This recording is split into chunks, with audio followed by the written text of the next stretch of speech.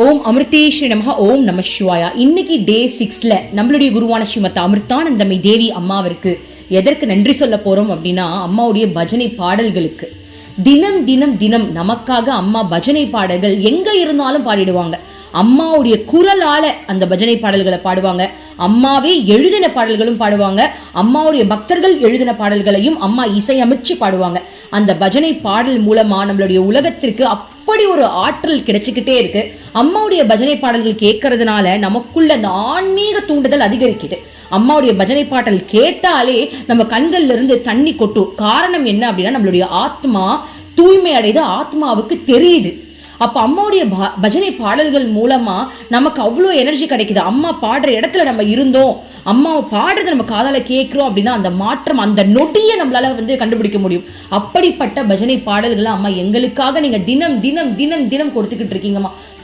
புதுசா புது ராகங்களோட ஆன்மீக சிந்தனைகளை தூண்டுற வகையில எங்களுக்கு கொடுத்துட்டு இருக்கேன். இந்த பஜனை பாடல்களுக்கு கோடான கோடி நன்றிகள் அம்மா. அந்த வகையில அம்மா எழுதின ஒரு பஜனை பாடலை இப்ப நம்ம பார்க்கலாம். மனமே உனக்கு சொந்தம் ஒருவரும் இல்லை என்ற உண்மையை ஒரு நாளும் நீ மறந்திடாதே. அர்த்தமற்ற கர்மங்களை செய்து கொண்டு சம்சாரத்தில் பயனின்றி நீ வீணாய் அழிகின்றாயே. காயமது மாயமதனை சவமென்று உணர்ந்து கொண்டு சத்தியத்தை அடைந்திட நாம் வழி தேடுவோம். நிலையில்லா உலகிலே நிஜமானதென்னவென்று மெய்ப்பொருளாம் அந்த சக்தி என்று ஒன்றுதான். புகழும் பதவியும் எல்லாம் கனவு போல மறைந்து போகும். மாறாதது ஒன்று மட்டும் ஜெகதம்பிகை.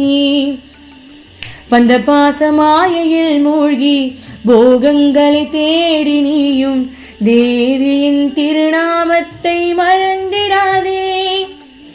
காளி மாதாவின் திருநாமம் தூய்மையான உள்ளத்தோடு ஆனந்தமாய் பாடி பாடி நடனமாடுவோம். ஆ ஆ